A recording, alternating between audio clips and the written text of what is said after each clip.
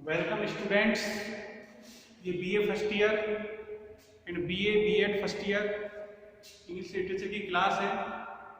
इसके अंदर अपन ने पिछली क्लास के अंदर सिलेबस डिस्कस किया था। जैसा कि ये फर्स्ट ईयर की क्लास है तो इसके अंदर अपन को लिटरेचर की थोड़ी बहुत जानकारी होनी चाहिए। जब तक आपको लिटरेचर की नॉलेज नहीं होगी तब तक आप सही ढंग से लिटरेचर कवर नहीं कर सकते हैं। इसके लिए आज का जो टॉपिक जो है उसका नाम है basic terms in English literature. English literature के अंदर कुछ टर्म्स हैं जिनको जानना बहुत जरूरी है। जब तक आप उनको नहीं जानेंगे तब तक आप लिटरेचर को ढंग से नहीं पढ़ सकते हैं, ना ही उनको ढंग से समझ सकते हैं। लिटरेचर के अंदर भी कुछ ऐसी बातें हैं जिनकी जानकारी तुम्हें होनी चाहिए। आज मैं आपको वही जानकारी देना चाहूँगा। सबसे पहले मैं आपको इस क्लास के अंदर बेसिक चीज़ें बताऊँगा जो आपके सिलेबस में है और आपको बहुत काम आने वाली है। तो सबसे पहले हम कुछ फिगर्स ऑफ स्पीच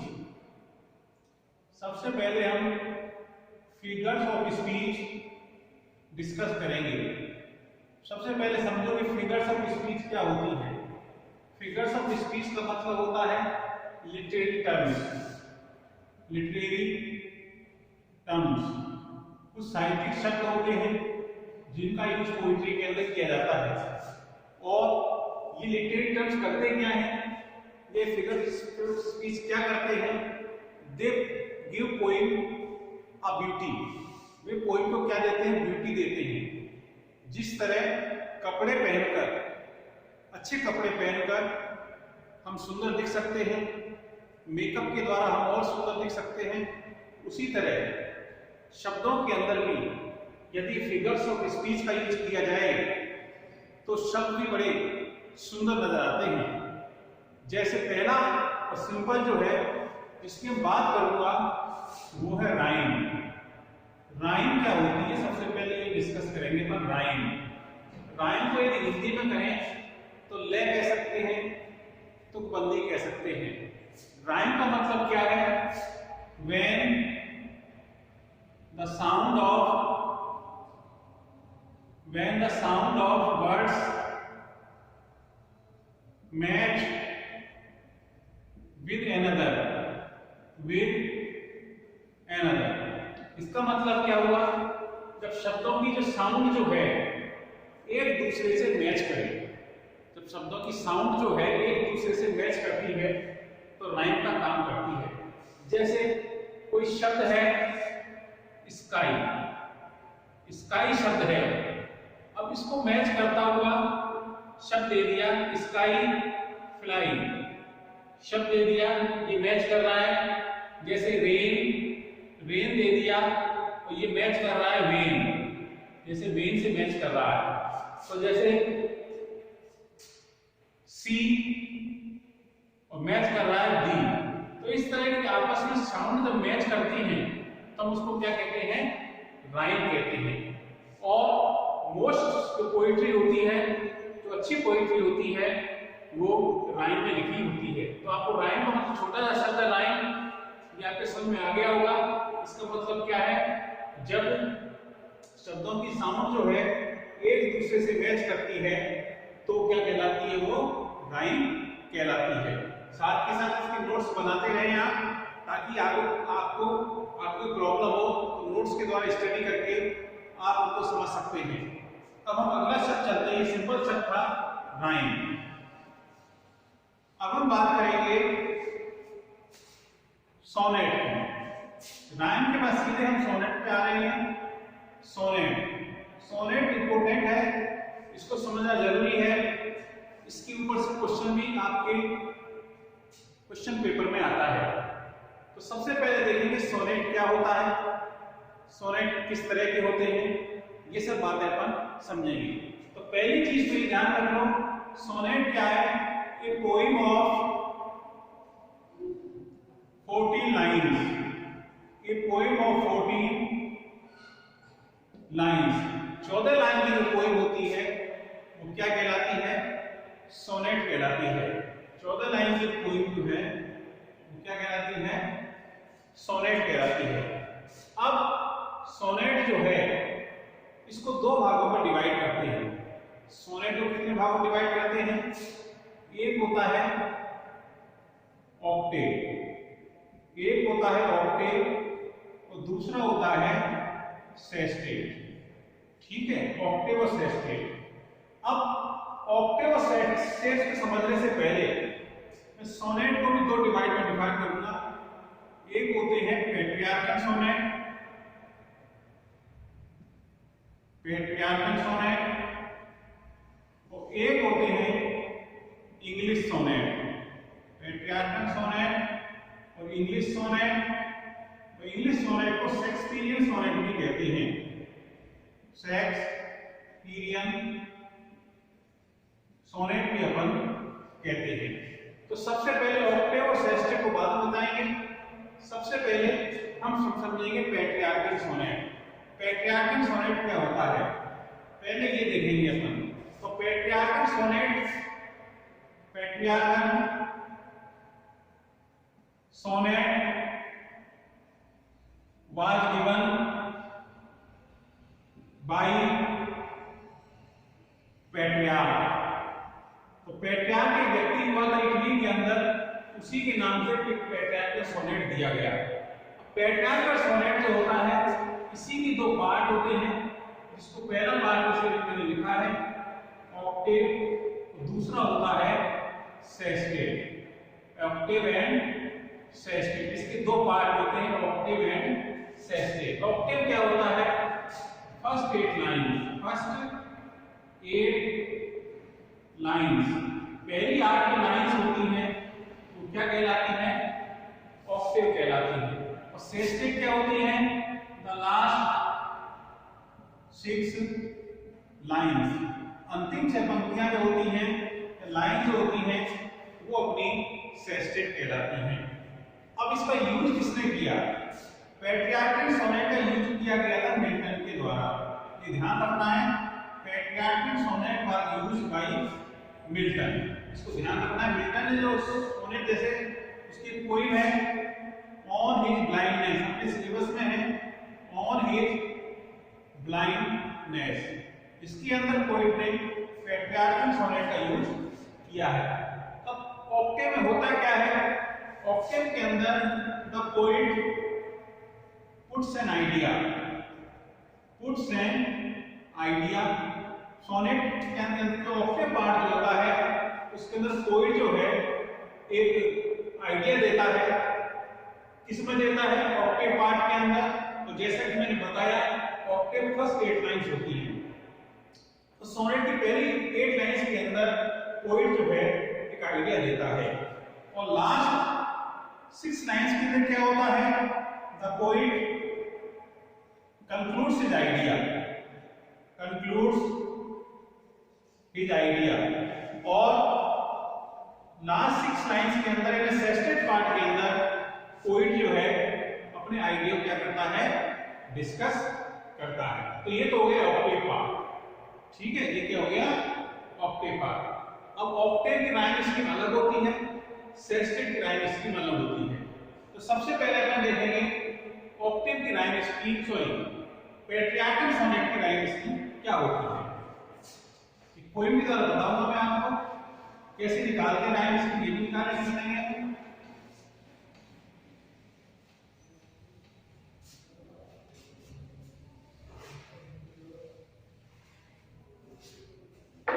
आपके सामने एक मिल्टन की पोइम लिखा है, इसका नाम लिखा था अपन ने ऑन हिज ब्लाइंडनेस। इसकी हम राइम स्कीम निकालेंगे अभी, ऑन हिज ब्लाइंडनेस।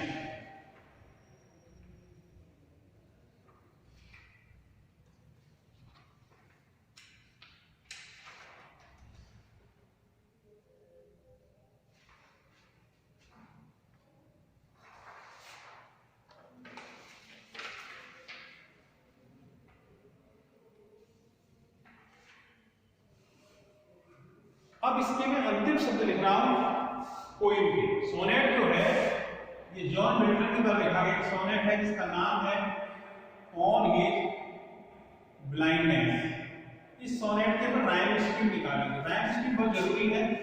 क्या कह रहा हूं मैं? Rhyme scheme. राइम स्कीम का मतलब किस राइम में इसको राइम मैंने बताई दिया आपको, तो किस राइम में ये मतलब कोई लिखी गई है इसको देखेंगे। तो अंतिम शब्द लिख रहा हूं। पहला यूथ है, दूसरा ईयर, तीसरा है कैरियर, चौथा है स्यूट, फिफ्थ है ट्रुथ, फिर है नियर, अपीयर,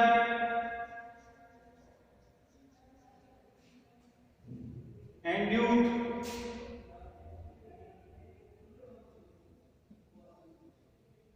उसके बाद स्लो,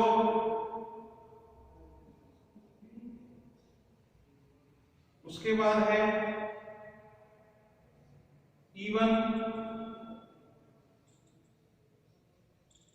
उसके बाद है हेवन,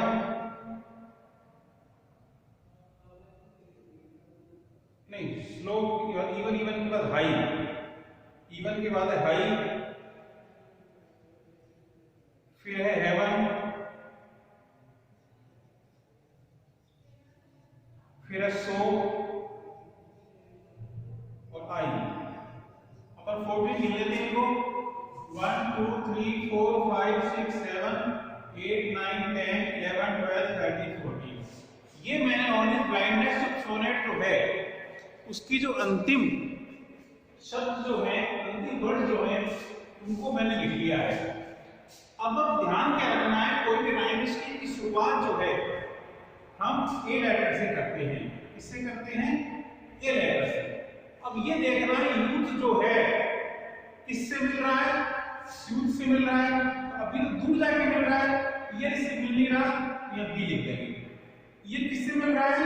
कैरियर से मिल रहा है। साउंड देखो, ear, ear, carrier, A B A. तो पहली राइम स्कीम क्या बन गई? A B B A. Youth से मिल गया, ईयर और कैरियर से मिल गया। अब ट्रूथ, ट्रूथ किससे मिल गया?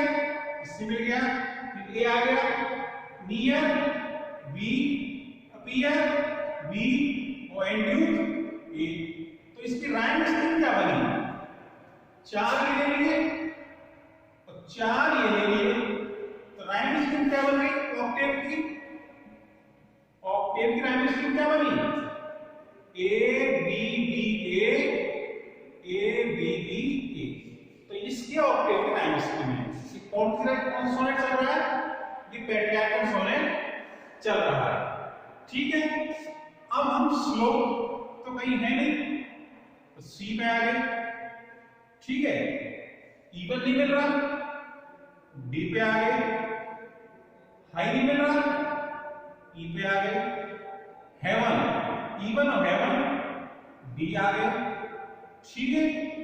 और स्लो तो सी और आई और हाई ई। तो इस तरह राइम स्कीम हो गई। तो सेस्टेट की राइम स्कीम क्या हो गई? सी डी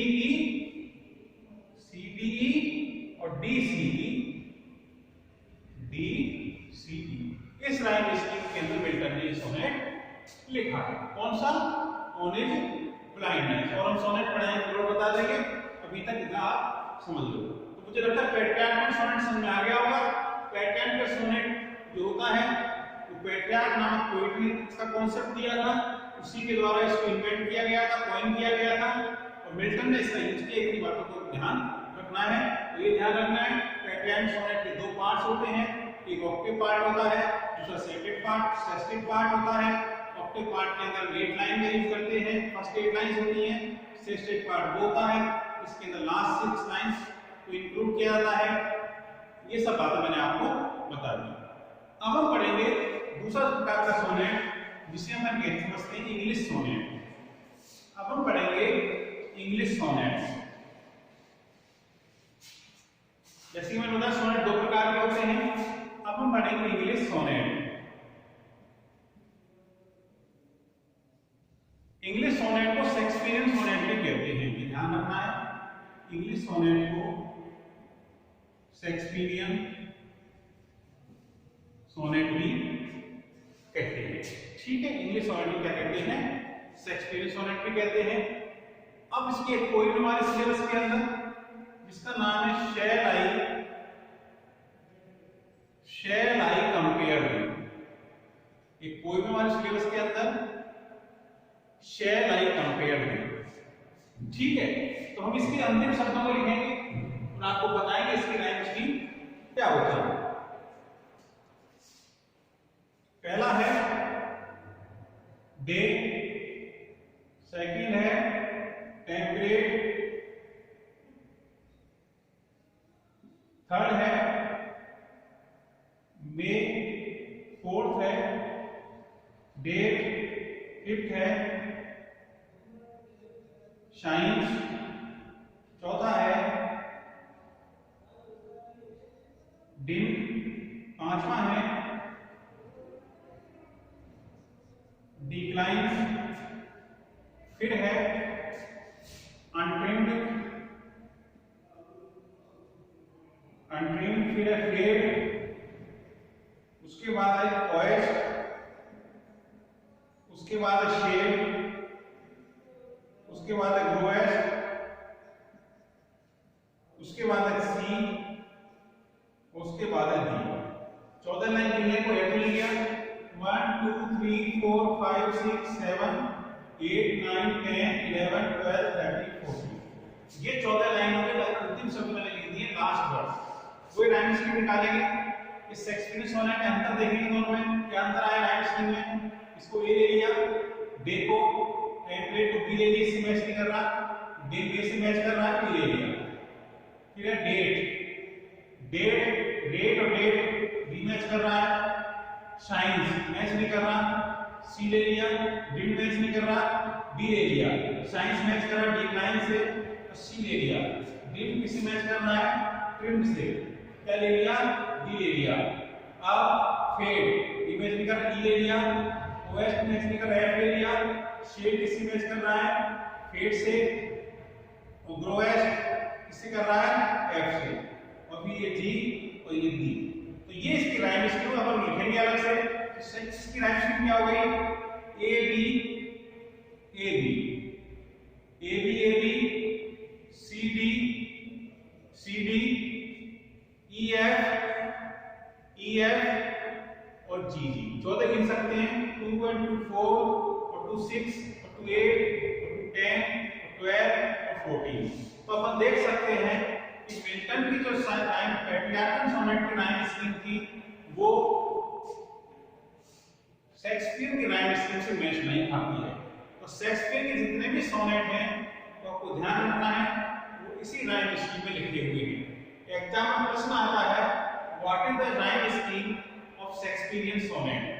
शेक्सपियरियन सोनेट की राइम स्कीम क्या है, तो आपको याद रखना है A B C D E F double G, इसकी क्या है, राइम स्कीम है।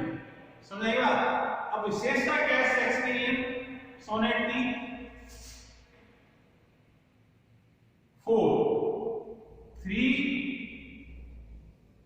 3 क्वाड्रेंट्स,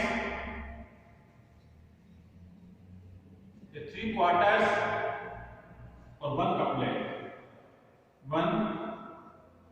कपलेट, यानी 4 गुना 3, 4 लाइन के 3 जोड़े होते हैं, तो क्या हो गई 12। कपलेट का मतलब 2 लाइन, कपलेट का मतलब क्या होता है 2 लाइन। ये इसकी क्या है विशेषता है, 4 लाइन की 3 पार्ट्स होंगे और 1 कपलेट होगा। तो आपको समझ में आ गया होगा, शॉर्ट में मैंने आपको समझा दिया। आगे बढ़ते हैं।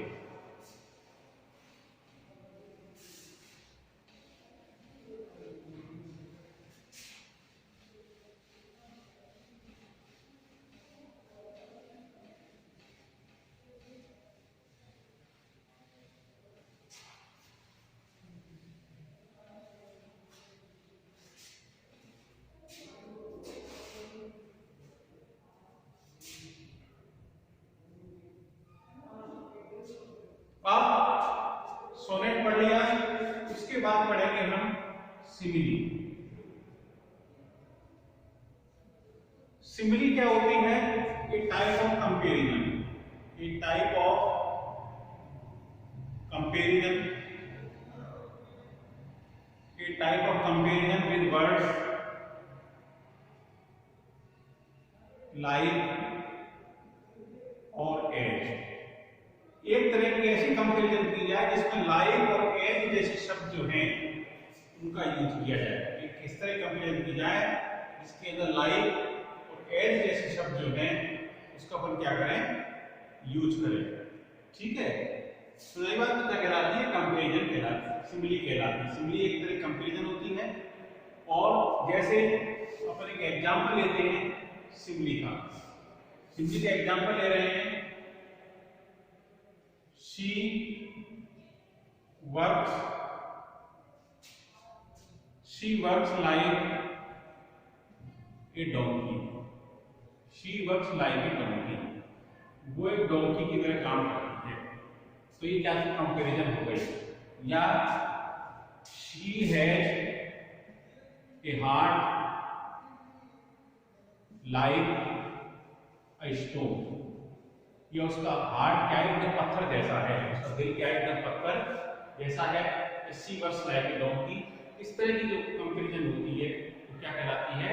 सिमिली कहलाती है। आपको ध्यान रखना है सिमिली के अंदर कंपैरिजन होती है और एज और लाइक जैसे शब्दों का यूज किया जाता है। समझ आ गई ये बात? सिमिली से ही मिलता जुलता शब्द है मेटाफर। सिमिली से मिलता जुलता शब्द क्या है? मेटाफर शब्द है।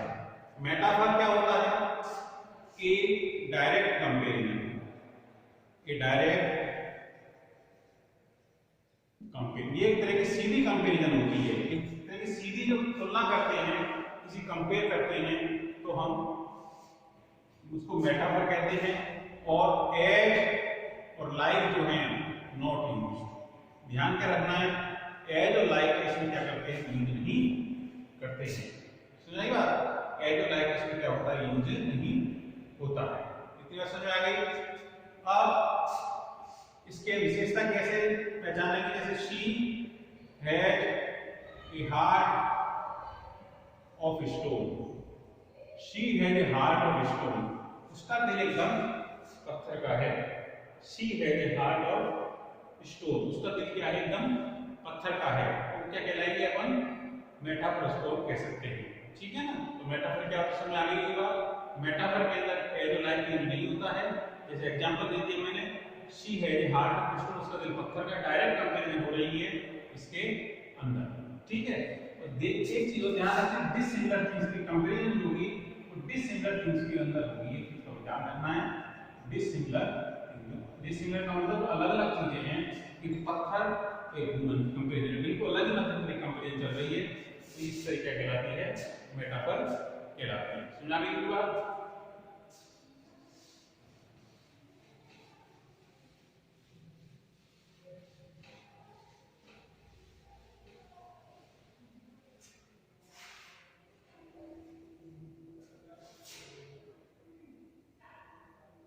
अब हम पढ़ेंगे प्रोटेगोनिस्ट।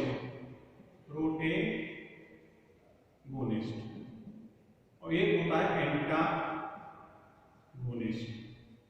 ये दो शब्दों को हम समझते हैं, प्रोटेगोनिस्ट और एंटागोनिस्ट। इसका मतलब क्या है? प्रोटेगोनिस्ट का मतलब होता है हीरो ऑफ हीरो, और इसका मतलब होता है एंटी हीरो। आपने अक्सर फिल्मों में देखा होगा, अच्छा काम करता है वो क्या कहलाता है? प्रोटेगोनिस्ट कहलाता है। तो खराब काम करता है उसको क्या कहते हैं? एंटागोनिस्ट कहते हैं। तुमने फिल्मों में देखा होगा, एक हीरो होता है और एक एंटी हीरो होता है। दोनों से समझ में आ रही होगी। स्टोरी के अंदर जो अच्छा काम कर रहा है, जो हीरो है, इसके ऊपर सारा प्ले जो है टिका हुआ है, तो क्या कहलाएगा? प्रोटेगोनिस्ट कहलाएगा। तो एंटागोनिस्ट कौन होगा? तो उस हीरो का क्या होगा? विरोधी होगा। ठीक है, समझ आई बात? छोटे छोटे शब्द हैं, आपको ध्यान रखना। आगे बढ़ते हैं अपन। दो तरह के प्ले होते हैं, एक होती है कॉमेडी और एक होती है ट्रेजेडी। होती है? अ play with happy ending, with happy ending. ऐसा प्ले जिसकी एंडिंग क्या हो? हैप्पी हो। हैप्पी एंडिंग का प्ले जो होता है वो क्या कहलाता है? कॉमेडी कहलाता है। हैप्पी कॉमेडी में क्या होता है? जितने भी कैरेक्टर्स जो है वो लास्ट में सब खुश नजर आते हैं, कोई दुखी नजर नहीं आता है, सभी खुश है, मजाक होता है काफी। और ये शेक्सपियर के 2 प्ले काफी फेमस हैं। एक तो as you like it, as you like it. As you like it जो है ये आपके कोर्स में भी है, बीए पार्ट फर्स्ट के अंदर। एज यू लाइक इट क्या है? कॉमेडी है। और एक है 12th नाइट, ये भी कॉमेडी है। 12th नाइट ये भी क्या है? कॉमेडी है। शेक्सपियर ऑलमोस्ट कॉमेडी मेन बता दी मैंने 2 आपको, 12 एज यू लाइक इट और 12th नाइट। अब हम बात करेंगे ट्रेजेडी। ट्रेजेडी जो होती है एक प्ले विद सैड एंडिंग और hero dies at the end of the play, at the end of the play.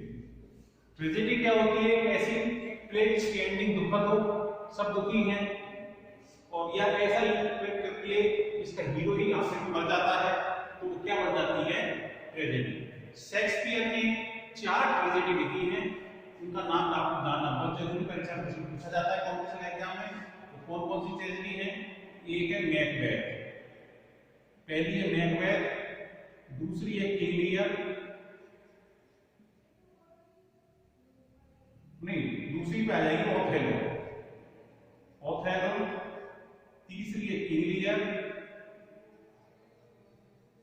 और चौथी है हैमलेट। इनका परीक्षा में क्रम भी पूछ लिया जाता है, किस क्रम में लिखे? इसी क्रम में लिखे हुए हैं। पहले मैकबेथ आई थी, फिर ओथेलो आई थी, किंग लियर आई थी, ये फिर हैमलेट आई थी। देखिए क्या है? 4 greatest tragedies of Shakespeare, 4 greatest tragedies of Shakespeare की है। तो ठीक मैंने आपको बता दिया कॉमेडी क्या होती है, ट्रेजेडी क्या होती है। एक और शब्द बताया कि मेन रह गया है, जैसे बहुत सारे जैसे आप कोर्स पढ़ेंगे बताते रहेंगे। प्लॉट, प्लॉट क्या होता है? The main story. प्लॉट क्या होता है? मेन स्टोरी होती है, या अकरेंस ऑफ इवेंट्स भी कह सकते हैं। मेन स्टोरी या occurrence of events, occurrence of events भी कह सकते हैं। घटना कैसे चल रही है? इवेंट्स। तो ये क्या कहलाती है? प्लॉट कहलाती है। अरिस्टोटल ने कहा है, अरिस्टोटल जो ग्रीक ऑथर हुआ है उसने क्या कहा है? Plot is the soul of the play, plot is the soul of the play. Plot क्या है? प्ले की आत्मा है, ऐसा एरिस्टोटल ने कहा। इसका ध्यान रखना है। इस कथन किसका है? ये कथन एरिस्टोटल का। Plot is the soul of the play. तो मैंने बेसिक छोटी मोटी बातें जो है लिटरेचर शुरू करने से पहले आपको बता दी हैं। अब हम कल से अपना सिलेबस शुरू करेंगे, जिसके जो हमारे सिलेबस उसके हिसाब चलेंगे, और बीच बीच में जैसे जैसे नई नई चीजें आती जाएंगी मैं आपको उनके बारे में जानकारी देता जाऊंगी। छोटी सी क्लास थी, इसके अंदर मैंने काफी शब्दों को डिस्कस किया है। अब हम अगली क्लास के अंदर अपना सिलेबस शुरू करेंगे। तो सबसे पहले तो पहली पॉइंट पढ़ेंगे, शैल आई कंपेयर दी, जो शेक्सपियर का सोनेट है, इससे अपने सिलेबस की शुरुआत करें। Thank you for this class.